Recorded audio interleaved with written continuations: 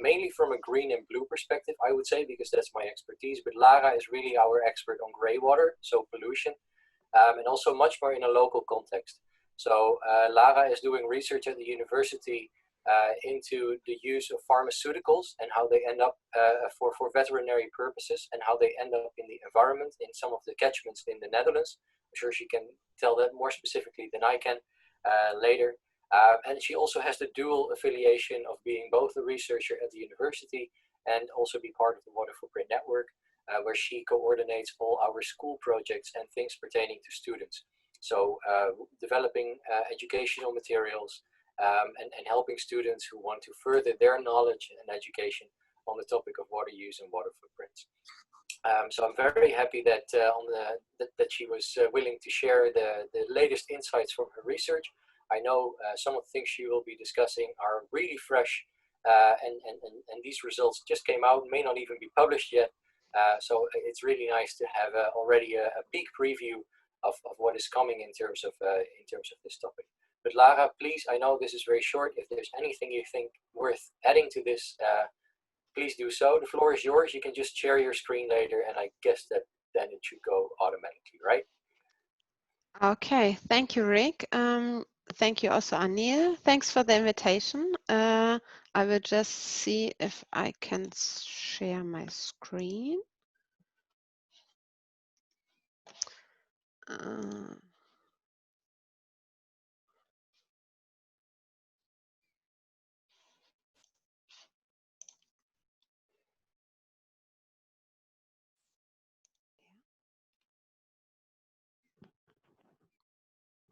Oh yeah, like this. Is it better? This? Okay, perfect.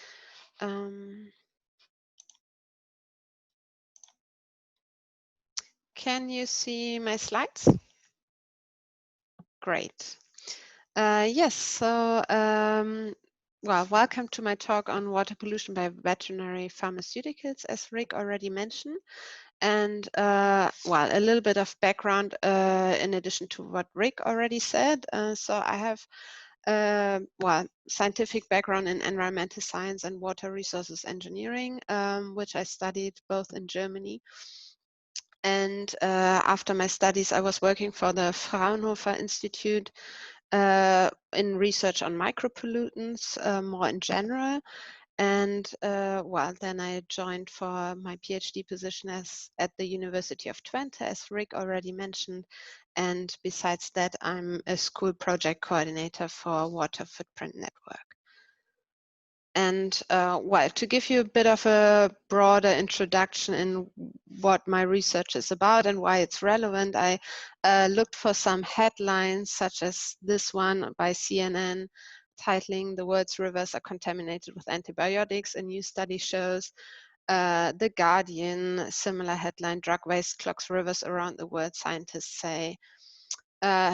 Drugs in drinking water, antimicrobial resistance in farm animals is rising. So as you can see, and maybe you've already seen this yourself, the media, or pharmaceuticals in the environment is a highly media relevant topic, and well, it's popping up from every now and then if there's new big studies coming out, and I think there's a global concern also by the public. Well, to give you a bit of facts on the topic, in the European Union, we have around 3,000 different pharmaceutical substances registered on the market, and around 600 of these are found in aquatic environment on a global level. So I have this map which shows the number of pharmaceuticals detected in surface water, groundwater, tap water, and drinking water. And you can see in the darker red areas that there's 100 to 200 different substances detected in those countries. So you see, for example, the US, Germany, Spain, and the UK. This is mainly not because of there's more substances present in the other countries, but because there's really a research hubs in those places, and they are just sampling a lot. And besides this global study that accumulated many different local studies from all around the world, there was a very recent study on taking global samples last year, which hasn't been published yet, but they actually showed exactly what I was just saying, that pharmaceuticals of let's say large bandwidth of pharmaceuticals are found in countries all around the globe. So this is really a universal problem we are dealing with. There have been natural antibiotics already found with Ötzi the Iceman, which has been discovered in the 90s. So already back then, people were using antimicrobial function of plants and substances to treat diseases. But the modern pharmacy has developed mainly in the 19th century and continues developing. I think with the current corona situation, we really see how society is relying on modern medicine, and how much value we put in this. The presence of pharmaceuticals in the environment is now more or less known since 45 years. For example, there was a study in the early 70s on steroid hormones in waters. And now what is this problem? Like we find them in the environment, but why is this an issue? So the first aspect would be ecotoxicology.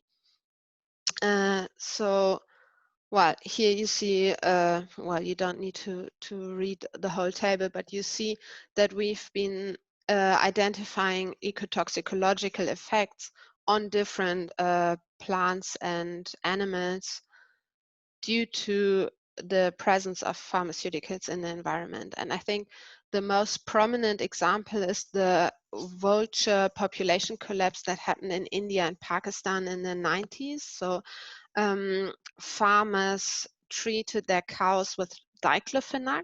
That is a pharmaceutical which functions highly toxical to nerves of vultures, and that's why they died massively. And there was hardly any vultures present anymore in Pakistan and India. As a result of that, the vultures were not eating the dead animals anymore. That's why wild dogs kept occurring, and the rabies reoccurred. So it was a whole chain of happenings that happened just because this diclofenac was used in cow treatment. So I think this is a very famous example that started the discussion on ecotoxicology.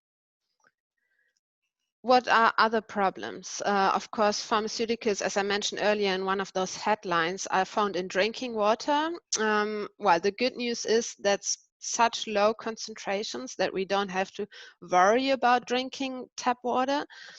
However, there's no studies available that show or assess long-term toxicity. So if you constantly drink low concentrations, we don't really know if that has an effect or not.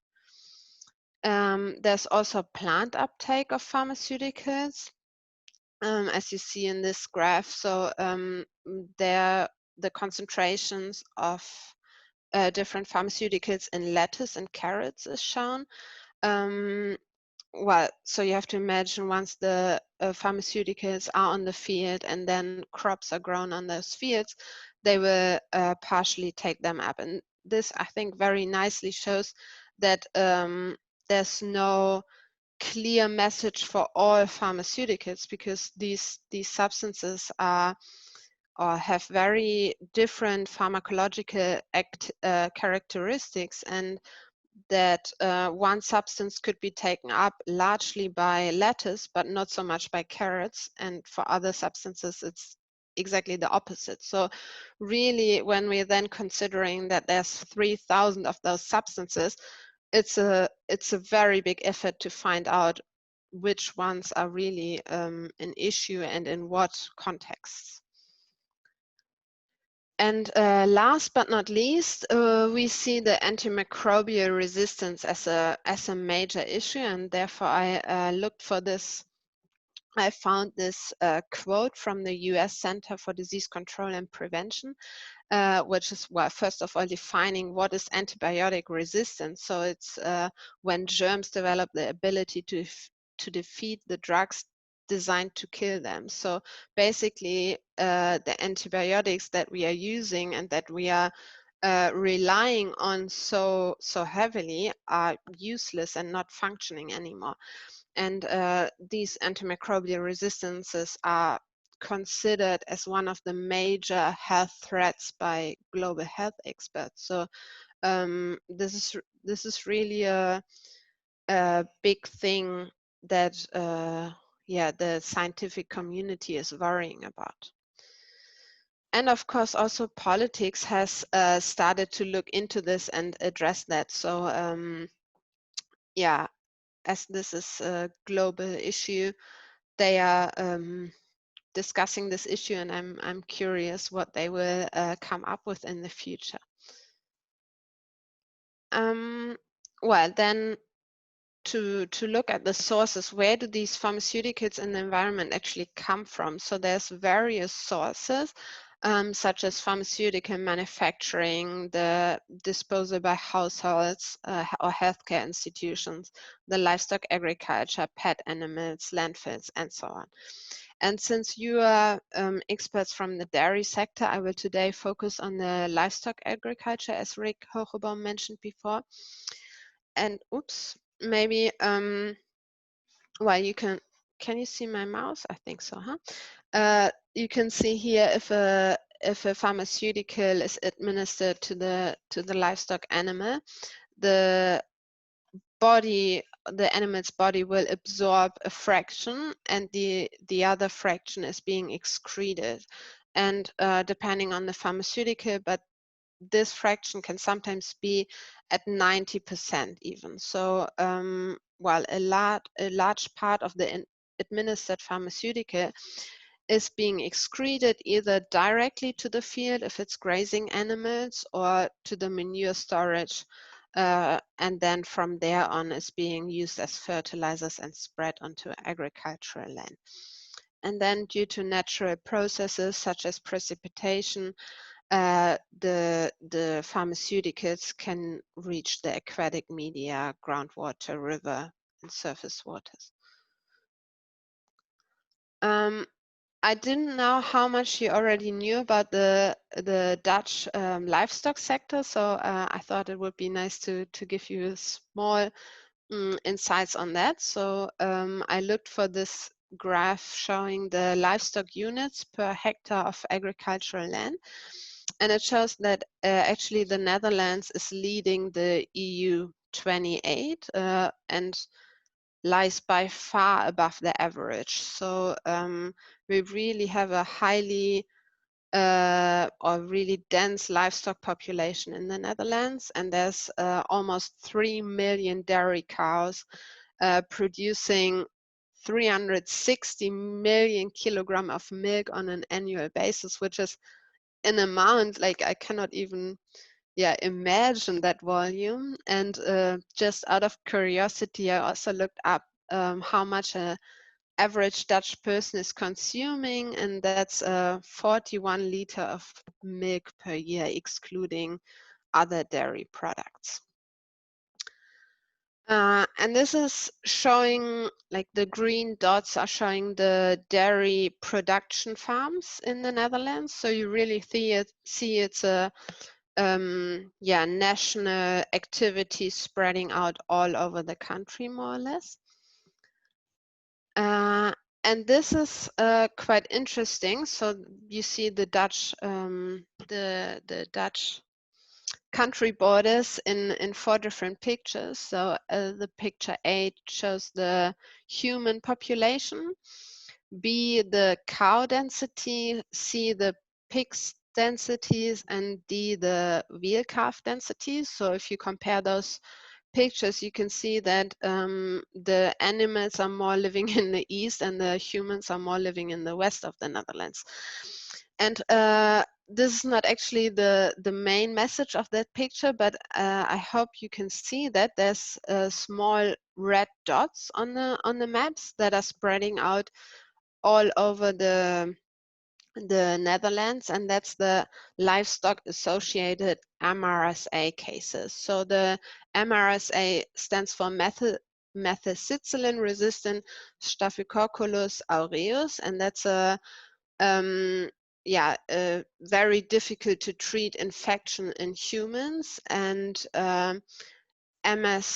MRSA strains have developed resistance towards most antibiotics. So we are actually finding these MRSA cases associated to livestock all over the country, and that's of course a problem which, well, we need to address. Yeah, so now the situation in the Netherlands regarding veterinary pharmaceutical products, there's around 2,700 veterinary products registered in the Dutch market, covering 900 active pharmaceutical ingredients, which is quite a lot. And in 2017, 480 tons of active pharmaceutical ingredients were sold only in the Netherlands, which is also, again, quite a number. And when we are looking at regulations and policies and also research, the focus lies on antibiotics heavily. And this has to do with EU, but also national policies. So one very significant development by the EU was the prohibition of growth promotion or using antibiotics as growth promoters in livestock agriculture, which happened about 15 years ago.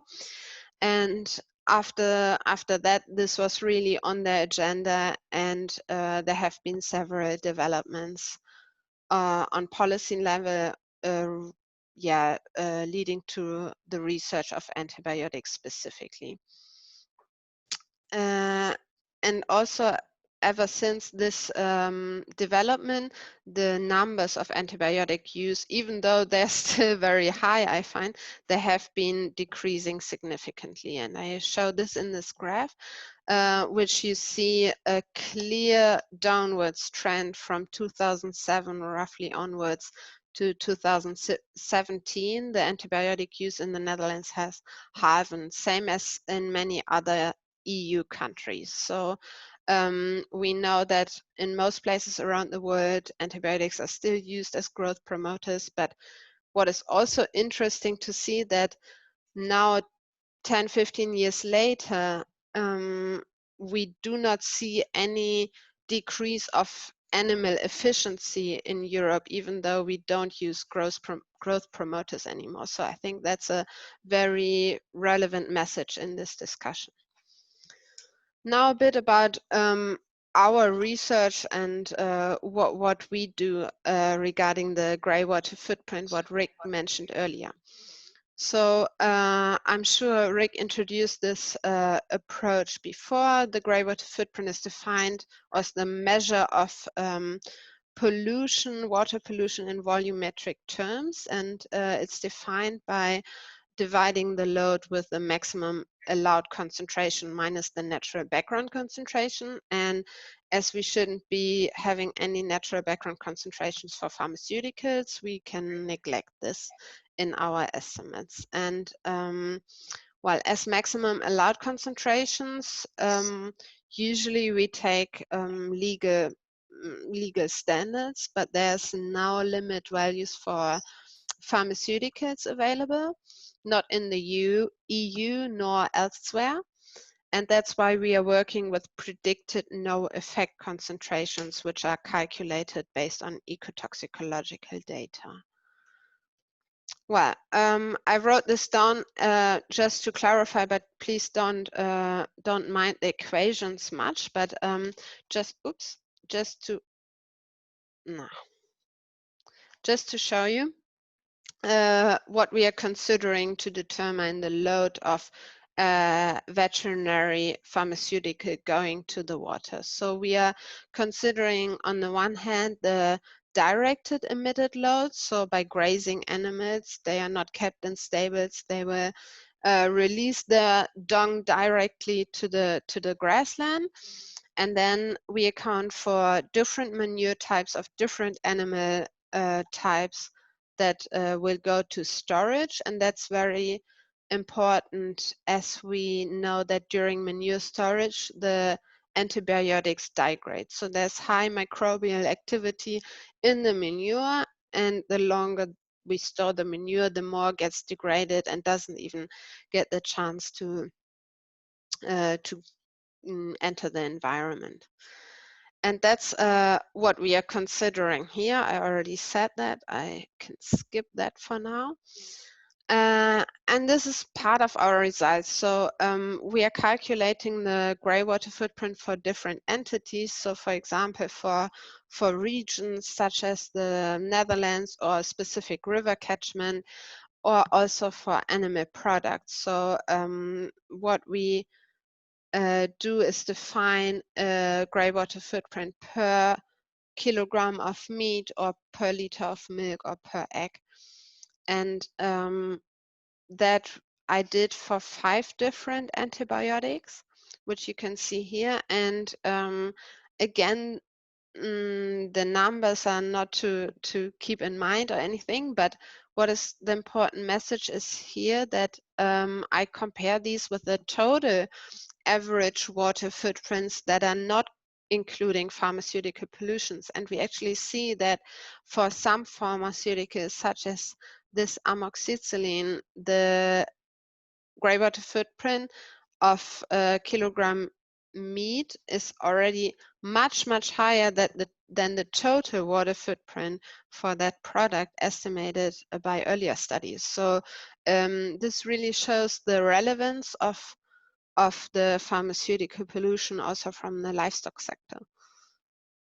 And well, in this graph, I determined the footprint per capita per year based on the average consumption. So in this bar, you can see the greywater footprint for an average Dutch consumer based on the consumption of animal products, which is around the same order of magnitude as the greywater footprint related to direct pharmaceutical consumption. So an average Dutch consumer has a footprint because he or she is taking medicines themselves that is being excreted and released to the environment. And that's about the same in the Netherlands than the footprint related to the consumption of animal products that cause pharmaceutical pollution. So this was one of the key outcomes of our earlier research. And again, what I'm doing in my work is I look at a specific river catchment that is shared by Germany and the Netherlands. It's a part of the bigger Rhine River catchment. And what I did in this graph is I calculated the water pollutant level, which is simply the comparison of the greywater footprint by the available runoff in that catchment. And the right map shows the water pollutant level related to veterinary pharmaceuticals. And we can see that it's exceeding 1 everywhere. So the greywater footprint is bigger than the available runoff in all subcatchments of this river catchment. And while this is very logical because it's one of the regions that is most populated by livestock in entire Europe. So this was maybe a shocking result, but not really a surprising result. Well, and also Rick already announced that, I will give you a small outlook in my current activities and research and what we are still planning to do. So, well, what is generally difficult to get precise data on how much pharmaceuticals are used, even though it's a European law that every veterinarian and every farmer has to keep records and feed these records into national or European databases on pharmaceutical use. These databases are not accessible by public nor for research. So we and also many other researchers often rely on assumptions and making estimates with scattered data from different countries, etc., etc. But as this topic is becoming more and more important, and also there seems to be a high public interest in the topic, it seems that more and more data does become available. So I'm very happy that for our future research we can use more precise pharmaceutical sales data for the different livestock sectors. And our own efforts to make our results more robust will be is to replace a worst case estimate, which we did in the previous study. So were assuming that all environmental loads is transported to the aquatic environment, will be replaced by a model simulation of antibiotic fate after manure application. So we are not assuming that all pharmaceuticals from the fields can go to water, but trying to simulate as precisely as possible what is actually being degraded in the soil, what is being sorbed in the soil, and what is being transported to surface or groundwater. And preliminary results of that study show that also the degradation and absorption in the soil are highly influential. And what is a bit of the problem at the moment is to model groundwater leaching. So, in that region that I'm studying, we do find antibiotics in our groundwater, and currently the assumption is that this might be the antibiotics from decades ago, because this is like very long-term processes we are talking about, and that of course makes it also very difficult to for any model to predict processes that happen over, let's say, 30, 40, 50 years. So this is one of our current challenges at the moment. And maybe to then move a little bit to the global outlook again after focusing on the Netherlands. So the global antibiotic use for veterinary or livestock production is predicted to increase, and that's mainly because of the increase in population and increase in demand of animal products. And predictions show that especially countries such as China, Brazil, Indonesia, and Mexico will drive this increase of livestock production. And also, if you look at this this small graph, then it shows that in the projection in picture B, the projection for 2030 shows that China alone will be using 30,000 tons of veterinary pharmaceuticals for their livestock production, which is incredible amounts, and I think shows us that we will not stop researching this topic anytime soon if the use continues rising so much. So I think this was exactly half an hour. So thank you very much for listening to me. And if you have any questions, I'm happy to answer anything you like.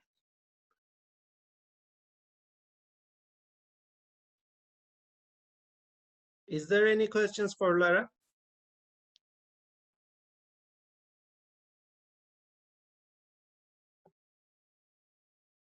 Lara, by the way, could you please close your presentation? I'm sorry, yes.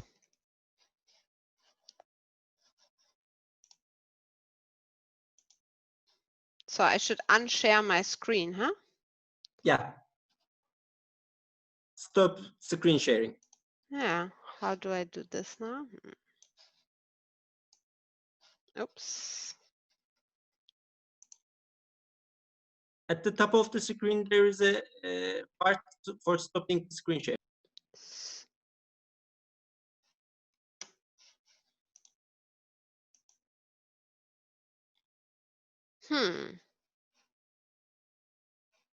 I can only stop my video, but I don't want that, huh? I am stopping just a minute. Okay, perfect. Thank you. Yeah, Great. I stopped.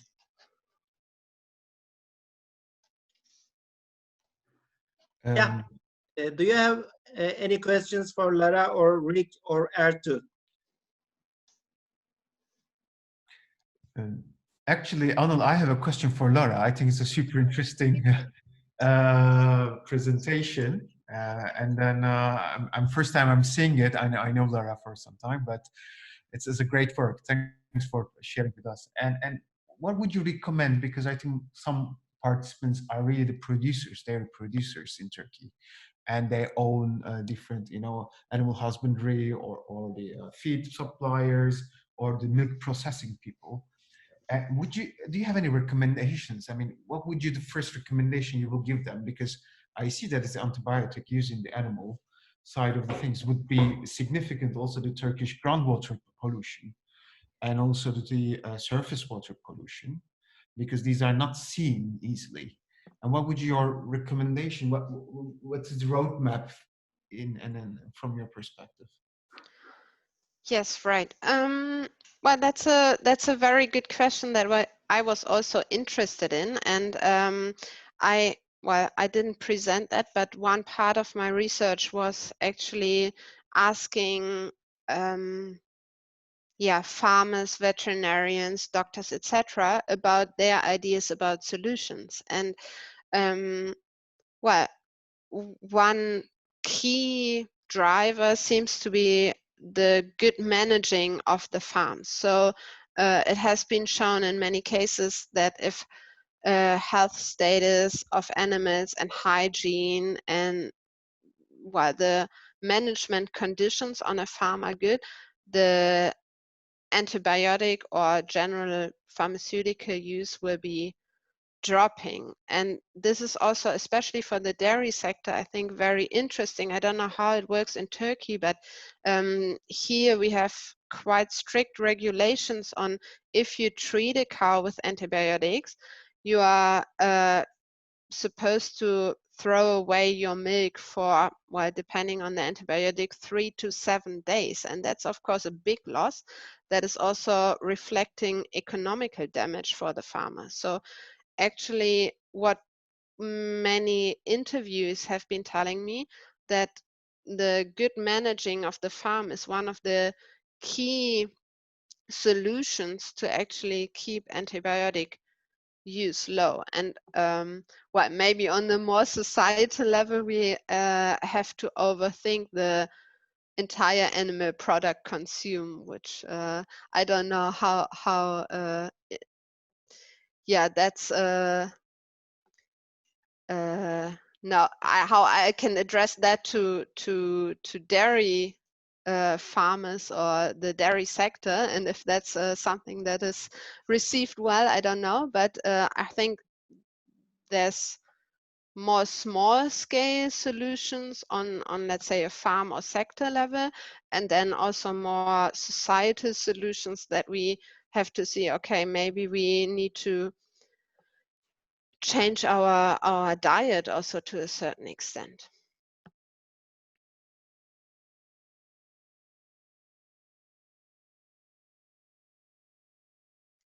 Do we have another question?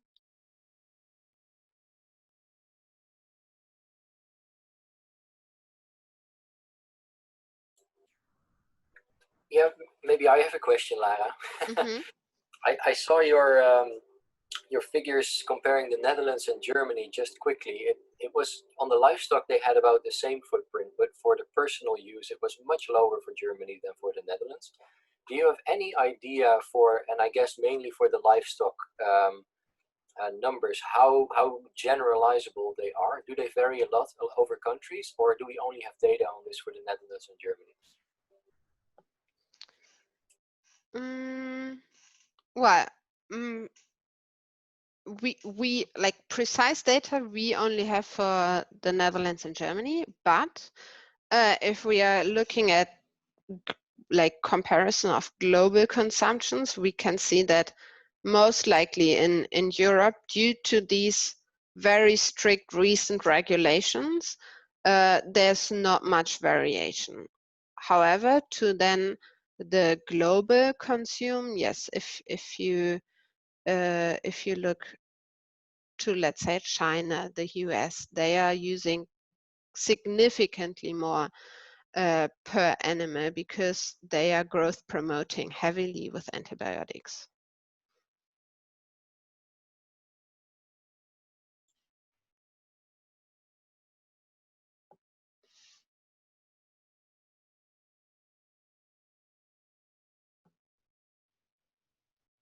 We have another question.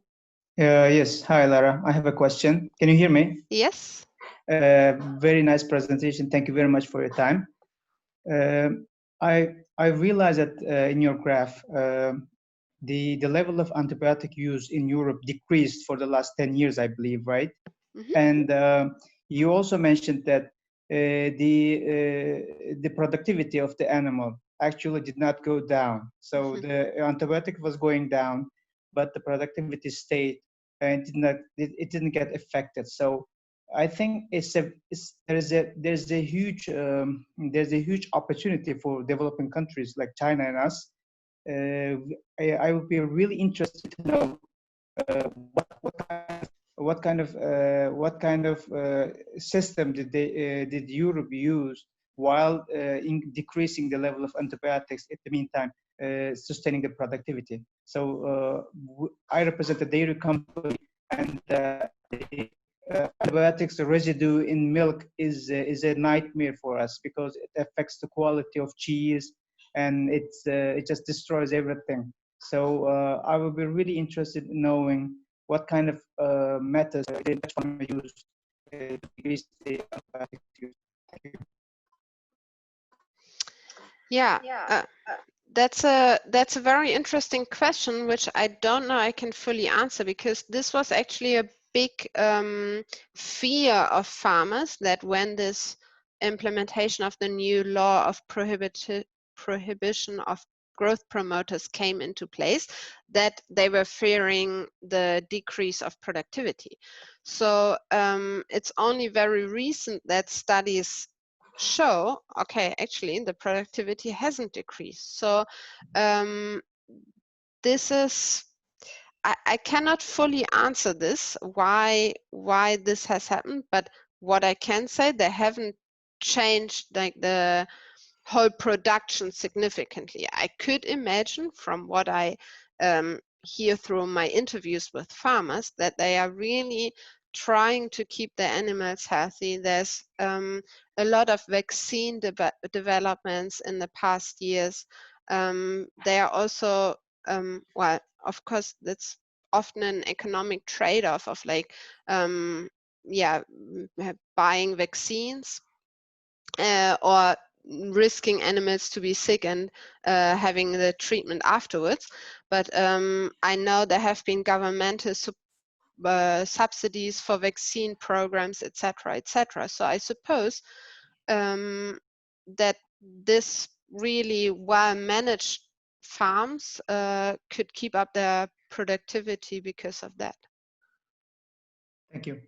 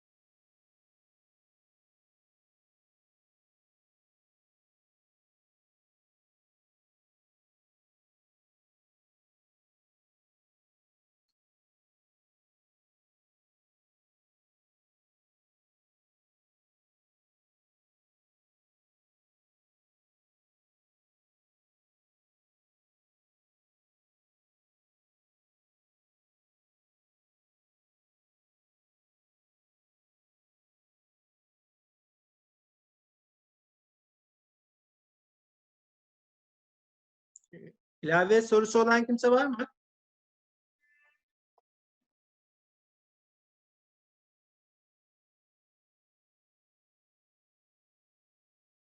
I think there isn't any question for now. If anyone have any question, they can send to us via email or our social media accounts. We can send them to Lara or the WFN team.